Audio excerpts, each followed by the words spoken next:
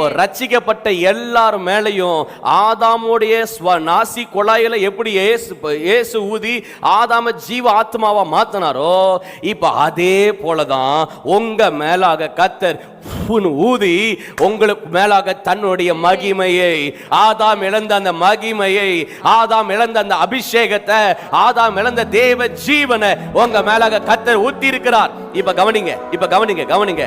ஆதாம் அந்த மகிமை ஆதாம் விட்டு வெளியே போனோன்னே ஏதேன் போயிருச்சு.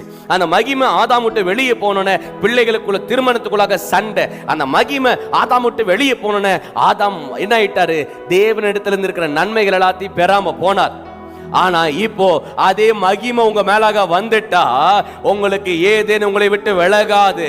அதே மகிமை உங்க மேலாக வந்துட்டா திருமணத்துக்குள்ளாக சந்தோஷம். அதே மகிமை உங்க வாழ்க்கையில வந்துட்டா இந்த நன்மைகளால் நீங்கள் நிரப்பப்படுவீர்கள்.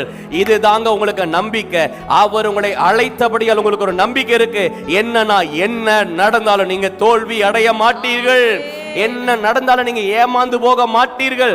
ஒருவேளை இன்னைக்கு நீங்க நிர்கதியா இருக்கலாம், உங்களுக்கு ஒரு நம்பிக்கை இருக்குது, நீங்கள் அழிந்து போக மாட்டீர்கள்.